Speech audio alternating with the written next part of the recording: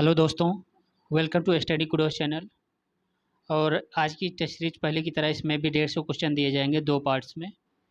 तो अगर अभी तक आपने पीछे के टेस्ट सीरीज नहीं देखे हैं तो डिस्क्रिप्शन बॉक्स में या प्लेलिस्ट में जाके आप देख सकते हैं और अपनी पढ़ाई में अच्छे नंबर ला सकते हैं। तो अगर अभी तक आपने हमारे चैनल को सब्सक्राइब नहीं किया तो इसे सब्सक्राइब भी कर लीजिए। तो बिना देर किए हुए अब क्वेश्चन चालू करते हैं।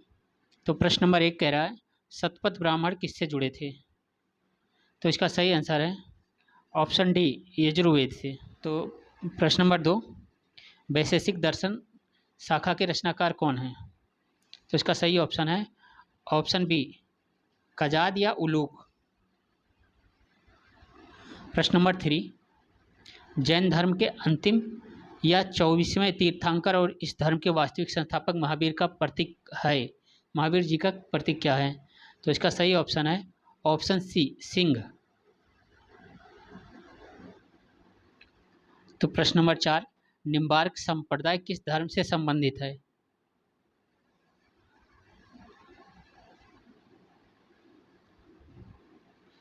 निम्बार्क संप्रदाय वैष्णव धर्म से संबंधित है, ऑप्शन ए सही है। और यह तैलंग ब्राह्मणों के संप्रदाय से संबंधित है। प्रश्न नंबर 5, पाटलिपुत्र पटना नगर की स्थापना का श्रेय किसे दिया जाता है? तो इसका सही ऑप्शन है ऑप्शन बी, उदयन। प्रश्न नंबर 6, अशोक नाम की शिलालेख में मिलता है? तो सही ऑप्शन है ऑप्शन ए, मास्की तथा गुर्जरा के अभिलेख में। प्रश्न नंबर 7, प्रश्न नंबर 7, कलिंग का चेदी वंश का संस्थापक कौन था? तो इसका सही आंसर है ऑप्शन सी, महामेघवाहन। प्रश्न नंबर 8, ब्रिटिश सरकार का यह दावा कि भारत की जनता द्वितीय विश्व युद्ध में ब्रिटिश सरकार के साथ है, इन दावों को खोखला साबित करना किसका मुख्य उद्देश्य?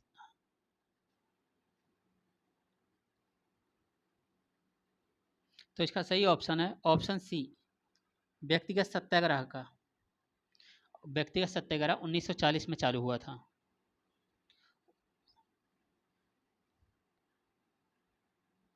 प्रश्न नंबर 9, सर्वप्रथम पाकिस्तान शब्द का प्रयोग करने वाले रहमत अली किस विश्वविद्यालय के छात्र थे?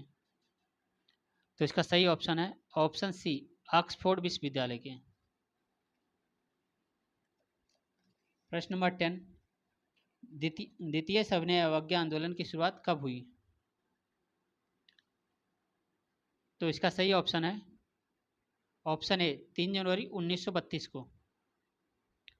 प्रश्न नंबर 11, बंदी जीवन नामक पुस्तक के लेखक हैं कौन हैं? तो इसका सही आंसर है ऑप्शन सी, सचिंदर सन्याल जी। सचिंदर सन्याल ने क्रांतिकारी आंदोलन पर बंदी जीवन पुस्तक लिखी थी। प्रश्न नंबर 12, स्वतंत्रता आंदोलन के क्रम में शिवाजी उत्सव का आयोजन किसने किया था? तो इसका सही ऑप्शन है ऑप्शन डी, बाल गंगाधर तिलक ने। और इसका आयोजन 1983 में गणपति था, 1893 में गणपति था, 1895 में शिवाजी उत्सव का आरंभ किया था। प्रश्न नंबर 13, असहयोग आंदोलन की शुरुआत के समय भारत का वायसराय कौन था? असहयोग आंदोलन की शुरुआत के समय कह रहा, तो इसका सही ऑप्शन है ऑप्शन ए, लॉर्ड चेम्सफोर्ड। क्योंकि असहयोग आंदोलन जो चालू हुआ था 1919 से ही चालू हो गया था। प्रश्न नंबर 14, भारत के विभाजन पर किसने कहा था भारत का विभाजन मेरे 100 पर होगा? तो इसका सही ऑप्शन है ऑप्शन डी, महात्मा गांधी जी ने। प्रश्न नंबर 15, गांधी जी को किसने वन मैन बाउंड्री फोर्स कहा? तो इसका सही ऑप्शन है ऑप्शन सी, माउंटबेटन ने। प्रश्न नंबर 16, नेटिव ओपिनियन पत्र के संपादक कौन थे? तो इसका सही ऑप्शन है ऑप्शन ए, BN मांडलिक। प्रश्न नंबर 17, कहाँ 20 जून 1920 को हिंदू मुस्लिम की संयुक्त बैठक हुई जिसमें असहयोग अपनाने का फैसला लिया गया? तो इसका सही ऑप्शन है ऑप्शन बी, इलाहाबाद में। प्रश्न नंबर 18,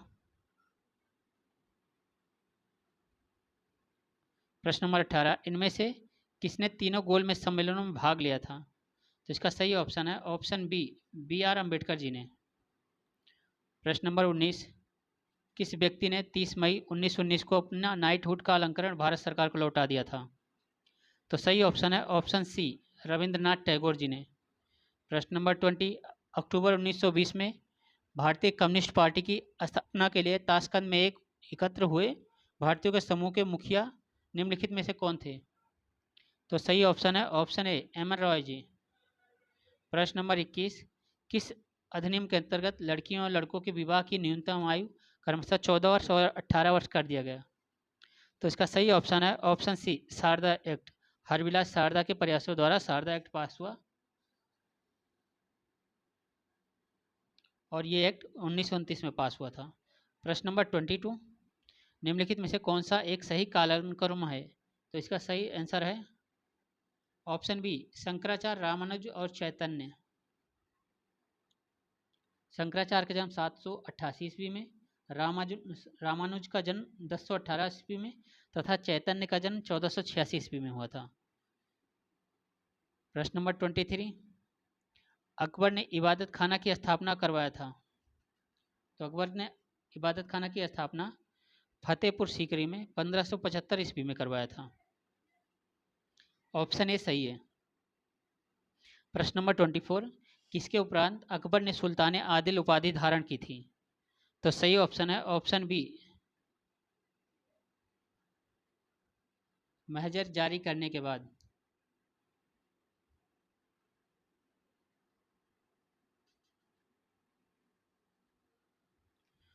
प्रश्न नंबर 25, दिल्ली का प्रथम सुल्तान जिसने हक के सर्व या सिंचाई कर लगाया? तो इसका सही ऑप्शन है ऑप्शन ए, फिरोज शाह तुगलक। और अभी तो खाने पीने पर भी टैक्स लग रहा है, तो क्या कहेंगे, तुगलक अच्छा था या जो प्रेजेंट गवर्नमेंट है या जो अभी सरकारी काम कर रहे हैं लोग, ये सही है? थोड़ा विचार कीजिए। प्रश्न नंबर 26, तैमूर लंग ने किस वर्ष भारत पर आक्रमण किया था? तो इसका सही आंसर है ऑप्शन ए, 1398 ईस्वी। प्रश्न नंबर 27, अम्ल का पीएच मान कितना होता है? तो इसका सही आंसर है ऑप्शन बी, 7 से कम। अम्लीय चीज 7 से कम उसका पीएच मान होता है। प्रश्न नंबर 28, निम्न में से कौन सा अम्ल का गुण नहीं है? तो इसका सही आंसर है ऑप्शन ए, इसका स्वाद खट्टा होता है, ये भी सही है। या नीला लिटमस पत्र को लाल कर देता है, ये भी सही है। इसका जलीय घोल विद्युत का सुचालक होता है, ये भी सही है। या क्षार के साथ मिलकर लवण तथा जल का निर्माण करता है, तो ये भी सही है। तो कहने का मतलब है इसका सही आंसर है ऑप्शन ई। प्रश्न नंबर 29, गैलेना किसका अयस्क है? तो इसका सही ऑप्शन है ऑप्शन बी, सीसा का अयस्क है गैलेना। गैलेना सेरुसाइट और एग्लोसाइट्स ये सभी सीसा के अयस्क हैं, यानी कच्चा माल। प्रश्न नंबर 30, निम्न में से किसमें कार्बन की मात्रा सर्वाधिक होती है? तो सही ऑप्शन है ऑप्शन ए, एंथ्रेसाइट में कार्बन की मात्रा सबसे अधिक होती है। प्रश्न नंबर 31, डायनामाइट जैसे विस्फोट बनाने में निम्न में से किसका उपयोग किया जाता है? तो इसका सही ऑप्शन है ऑप्शन बी, नाइट्रिक अम्ल का। नाइट्रिक अम्ल टीएनटी, नाइट्रोग्लिसरीन, डायनामाइट जैसे विस्फोट बनाने में, रंग तथा औषधि बनाने में किया जाता है इसका। प्रश्न नंबर 32, ट्रेकोमा रोग शरीर के किस अंग को प्रभावित करता है? तो इसका सही आंसर है ऑप्शन बी, आंखों को। प्रश्न नंबर 33, किस रक्त समूह को सर्व प्राप्तकर्ता कहा जाता है? तो इसका सही आंसर है ऑप्शन बी, ए बी समूह को सर्व प्राप्तकर्ता कहा जाता है, यूनिवर्सल एक्सेप्टर। और यूनिवर्सल डोनर रक्त समूह ओ है। प्रश्न नंबर 34, इलेक्ट्रोएन्सेफेलोग्राम ईईजी में किसकी निगरानी के लिए उपयोग होता है? तो ईईजी मस्तिष्क की निगरानी के लिए उपयोग होता है इसका। प्रश्न नंबर 35, शरीर का तापक्रम नियंत्रित करता है? तो इसका सही ऑप्शन है ऑप्शन बी, हाइपोथैलेमस शरीर का तापक्रम नियंत्रित करता है।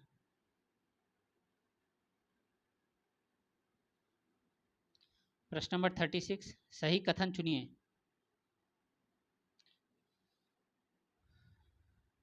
तो एक बार पढ़ लीजिए, फिर बता देता हूँ आंसर। तो इसका सही आंसर है ऑप्शन बी, लाल प्रकाश का तरंग दैर्ध्य बैगनी प्रकाश से ज़्यादा होता है। प्रश्न नंबर 37, 40 डिग्री सेल्सियस का मान फ़ारेनहाइट स्केल में क्या होगा? तो इसका सही आंसर है ऑप्शन ए, 104 डिग्री फ़ारेनहाइट। प्रश्न नंबर 38, विद्युत शक्ति की इकाई क्या है? तो इसका सही ऑप्शन है ऑप्शन डी, वाट।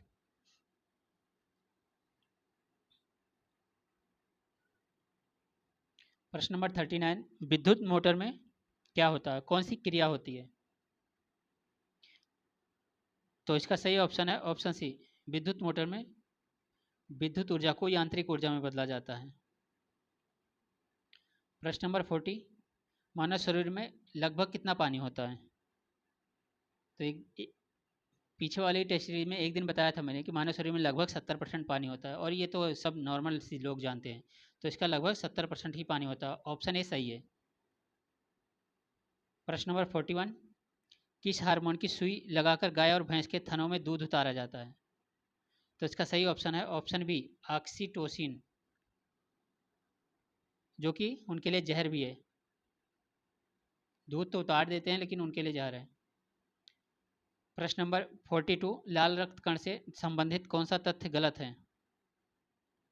तो इसका सही ऑप्शन है ऑप्शन ई, उपयुक्त में से कोई नहीं, उपयुक्त में से एक से अधिक, क्योंकि इसमें से सारे ऑप्शन सही हैं कि इसमें हीमोग्लोबिन पाया जाता है, इसका निर्माण अस्थि मज्जा में होता है, इसे इरिथ्रोसाइट भी कहा जाता है, इसका मुख्य कार्य ऑक्सीजन परिवहन है। तो ये सारे ऑप्शन सही हैं। प्रश्न नंबर 43, लाल रक्त कण आरबीसी का जीवन काल कितने दिन का होता है? तो आरबीसी का जीवन काल लगभग 120 दिन का होता है। वैसे तो 90 से 120 दिन कहा जाता है, लेकिन इसका यहाँ पे ऑप्शन भी एक ही है, तो यहाँ पर 120 दिन ही लगाया जाएगा, क्योंकि अधिकतम पूछा हुआ है। प्रश्न नंबर 44, श्वेत रक्त कण के बारे में इनमें कौन सा कथन गलत है? तो इसमें गलत ऑप्शन है ऑप्शन बी, शरीर को रोग प्रतिरोधक क्षमता प्रदान करता है।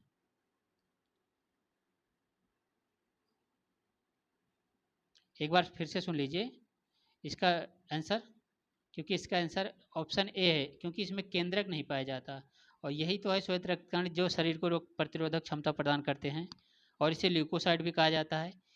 इस्नोफिल इसका एक प्रकार है श्वेत रक्त कण का, वाइट ब्लड सेल्स का। प्रश्न नंबर 45, गुरुजल क्या है?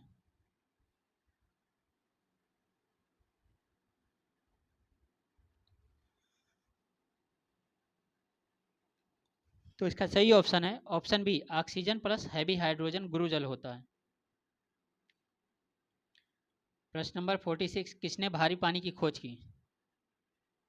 तो भारी पानी की खोज H.C. उरे ने की थी 1934 में, और इनको इसके लिए इनको नोबेल रसायन का नोबेल पुरस्कार भी मिला था।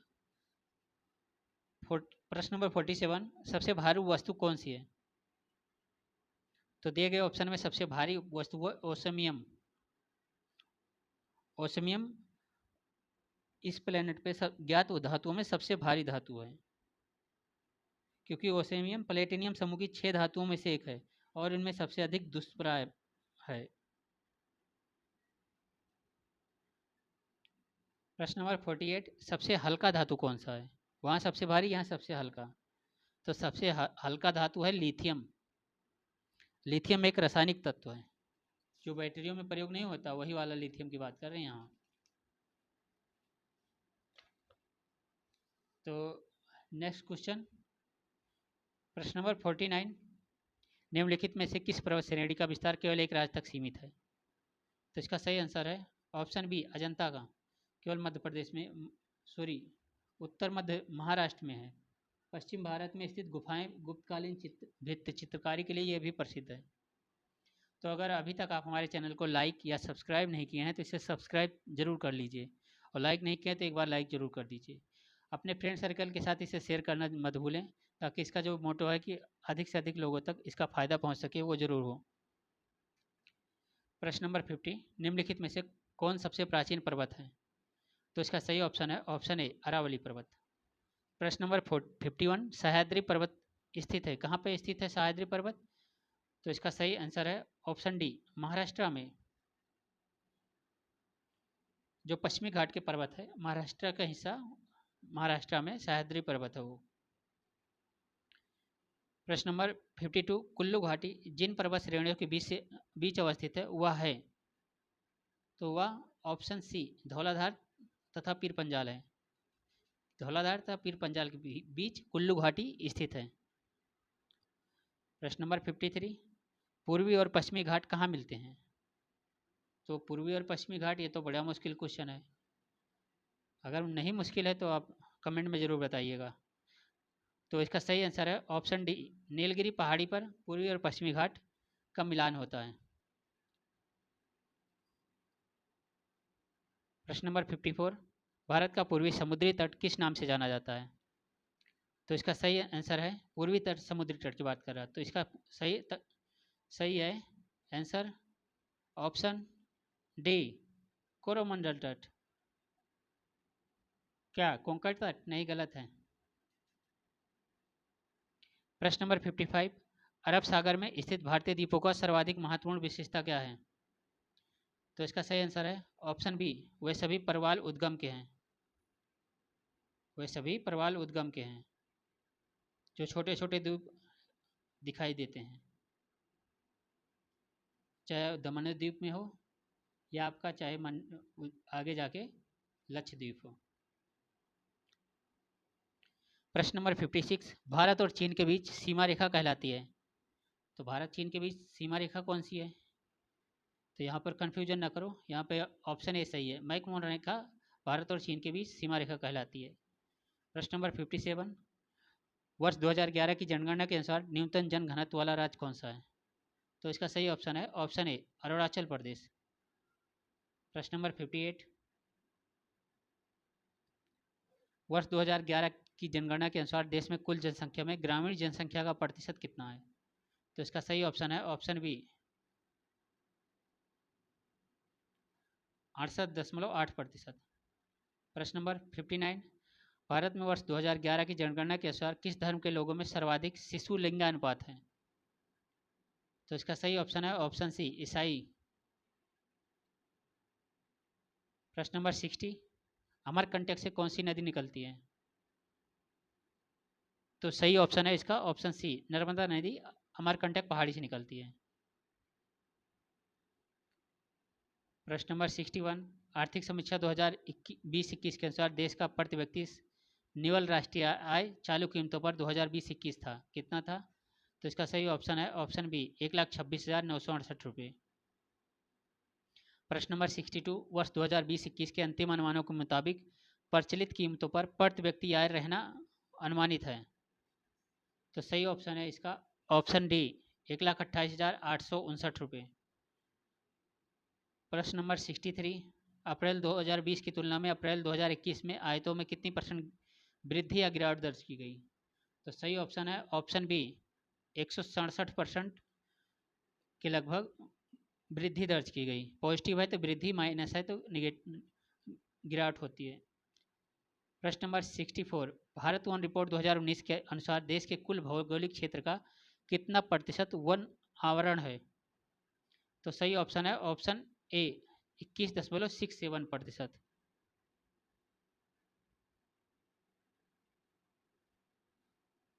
प्रश्न नंबर 65, भारत वन स्थिति रिपोर्ट 2019 के अनुसार देश में वन और वृक्षावरण देश के भौगोलिक क्षेत्र का कितना % है? तो इसका सही ऑप्शन है ऑप्शन ए 24.56%।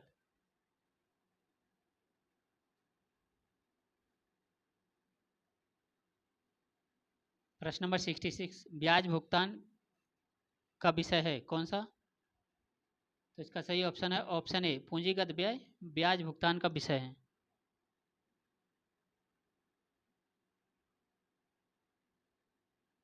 प्रश्न नंबर 67, विदेशी मुद्रा जिससे त्वरित प्रवास की प्रवृत्ति होती है क्या कहलाती है? तो सही आंसर है ऑप्शन डी, हॉट मनी, यानी कि गर्म मुद्रा। प्रश्न नंबर 68, ग्रीन बॉन्ड मार्केट में भारत का विश्व में कौन सा स्थान है? ग्रीन बॉन्ड में, ग्रीन बॉन्ड मार्केट में, तो इसका सही आंसर है ऑप्शन बी, दूसरा स्थान है। प्रश्न नंबर 69, भारत में थोक मूल्य सूचकांक का आधार वर्ष है? अभी के लिए थोक मूल्य का आधार वर्ष कौन सा है? तो इसका सही ऑप्शन है ऑप्शन सी, 2011-12 अभी चल रहा है। प्रश्न नंबर 70, भारत में राष्ट्रीय आय समंकों का आकलन किसके द्वारा किया जाता है? तो इसका सही ऑप्शन है ऑप्शन सी, राष्ट्रीय सांख्यिकी कार्यालय एनएसओ द्वारा। प्रश्न नंबर 71, देश के बजट 2021-22 में निम्न में से किस टीके के सारे देश में लगवाए जाने की घोषणा की गई? तो इसका सही आंसर है option D, pneumococcal vaccine. Pneumococcal vaccine एक विशिष्ट प्रकार के फेफड़ों के संक्रमण को रोकने के लिए विधि है जो न्यूमोकोकस नामक जीवाणु को कारण होता है। वित्त मंत्री के अनुसार इस वैक्सीन से हर साल 50,000 बच्चों की जान बचेगी। प्रश्न नंबर 72, थालीनोमिक्स की अवधारणा निम्नलिखित में से किसमें सर्वप्रथम प्रयुक्त की गई? तो इसका सही आंसर है ऑप्शन बी, आर्थिक समीक्षा 2020-21 में। प्रश्न नंबर 73, किसी भिन्न के अंश में 250% वृद्धि करने तथा हर में 400% की वृद्धि करने पर प्राप्त भिन्न 7/9 है। प्रारंभिक भिन्न क्या है? तो इसका सही आंसर है ऑप्शन बी, 10/19%। आप क्वेश्चन को पॉज करके इसे सही से सॉल्व करके अब आंसर की जांच जरूर करें। और अभी तक आपने अगर सब्सक्राइब नहीं किया तो इसे सब्सक्राइब जरूर कीजिए। प्रश्न नंबर 74, 30 मीटर प्रति सेकंड की चाल से जा रही एक रेलगाड़ी 600 मीटर लंबे प्लेटफार्म को 30 सेकंड में पार कर जाती है। इस रेलगाड़ी की लंबाई कितनी है? तो इसका सही ऑप्शन है ऑप्शन ए, 300 मीटर।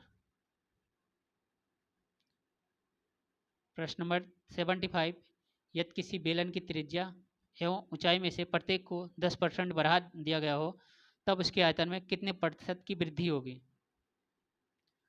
तो इसका सही ऑप्शन है ऑप्शन बी, 33.1%। तो फ्रेंड्स अभी के लिए इतना ही, बाकी का हो सकता है कुछ समय बाद या कल अपलोड कर दिया जाए इसका दूसरा पार्ट, तो इसे ज़रूर देखिए और अपनी पढ़ाई को बूस्ट कीजिए। Thank you.